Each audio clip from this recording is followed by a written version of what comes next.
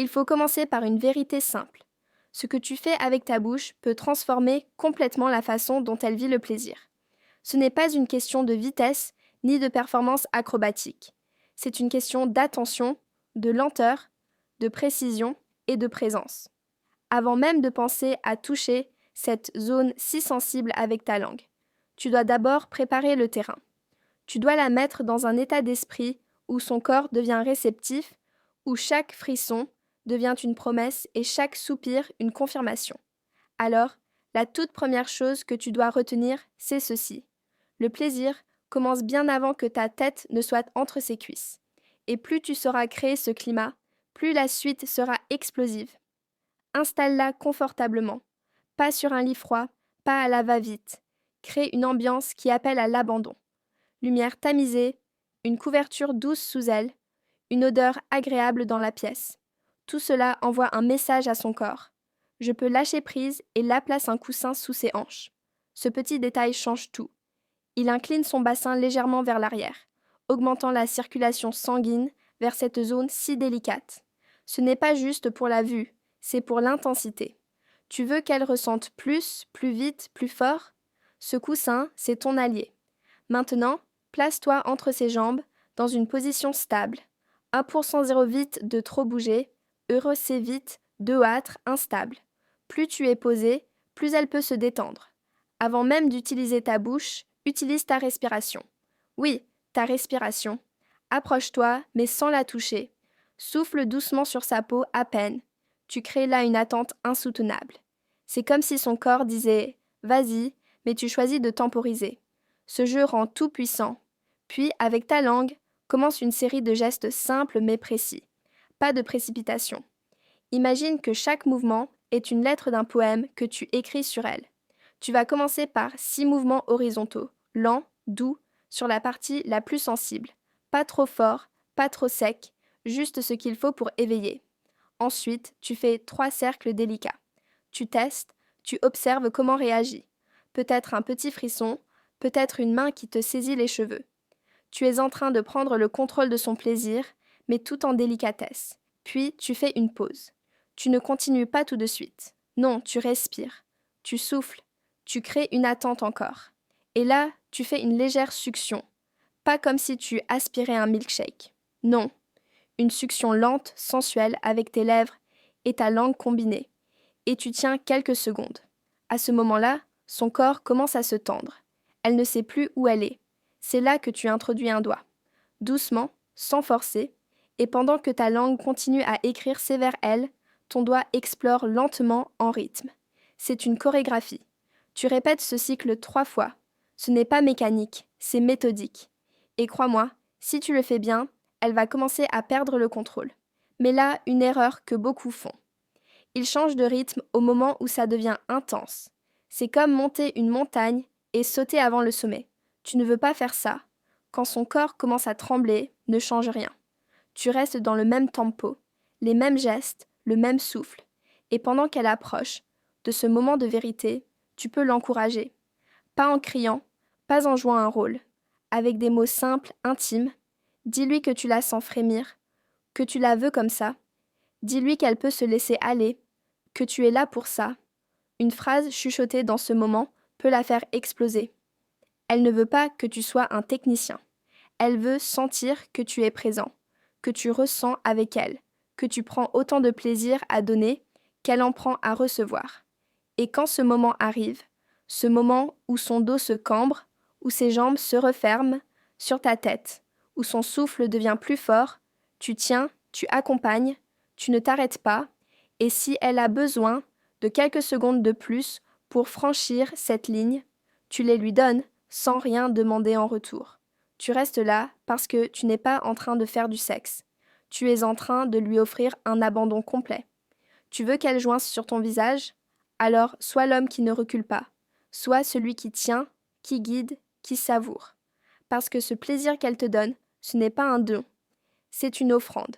Et si tu la reçois avec respect, avec intensité, avec maîtrise, elle ne voudra plus jamais d'un autre. Et une fois qu'elle aura atteint ce sommet, une fois que tout son corps se sera relâché, ne te lève pas tout de suite. Ne fais pas comme si c'était fini. Reste là, pose ta tête sur son ventre, caresse ses cuisses. Dis-lui que tu as adoré, qu'elle est belle comme ça, abandonnée, offerte, confiante, parce que la prochaine fois, elle s'ouvrira encore plus. Et là, tu verras ce que c'est qu'une femme qui perd tout contrôle juste avec ta bouche. Tu es prêt? Alors, répète cette séquence. Entraîne-toi. Et quand tu verras ce regard dans ses yeux après, ce regard qui dit « Je n'ai jamais vécu ça avant », tu comprendras que tu es devenu ce qu'elle ne savait même pas qu'elle cherchait. Maintenant que tu as compris la première grande séquence, il est temps d'aller plus loin parce que, une fois qu'elle a découvert ce plaisir, ce niveau d'intensité, elle va s'en souvenir.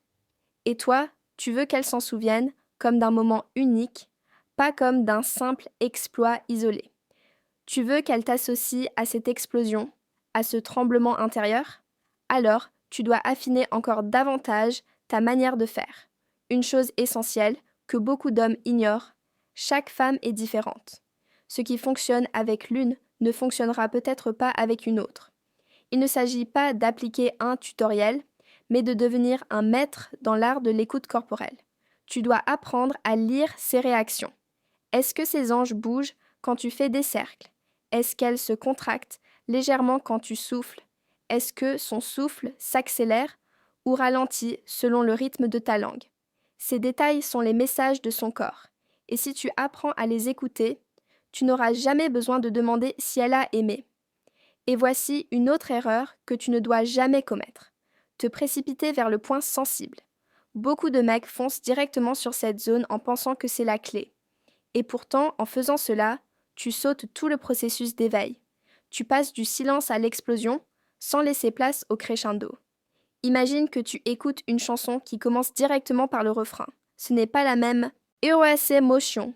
Il te faut d'abord les couplets, les montées, les silences. C'est pareil ici. Alors, expérimente d'abord autour. Tu explores les cuisses, l'intérieur, l'inne, le ventre. Tu souffles, tu embrasses, tu frôles avec le nez. Tu montres que tu n'es pas pressé, que tu apprécies chaque centimètre d'elle. Et quand enfin tu arrives à la zone la plus sensible, elle est déjà en feu. Maintenant, parlons d'une autre variation, le rythme et la pression. Il y a des moments où tu dois être lent, doux, presque timide, et d'autres où tu peux accentuer légèrement, jouer avec l'intensité sans jamais devenir brusque.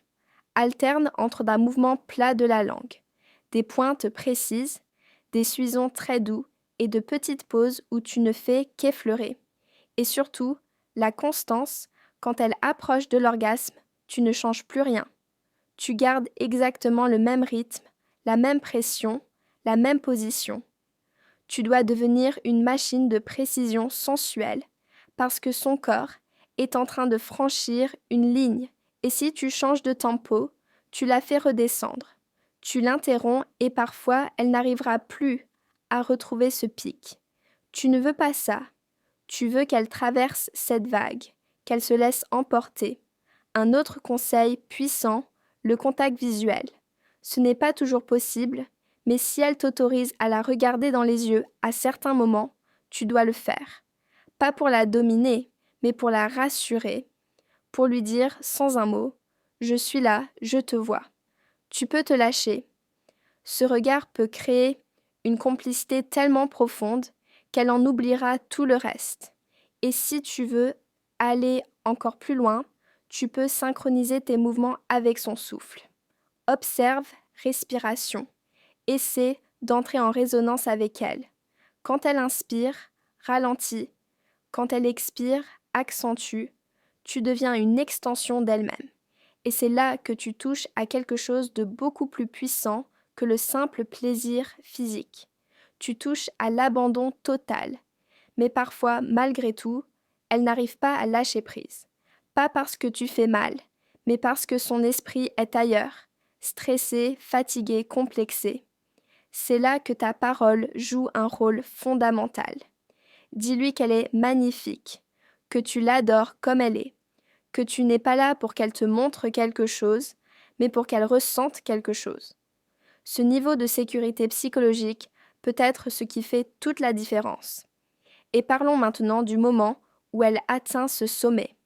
Certains hommes reculent, s'étonnent, arrêtent tout.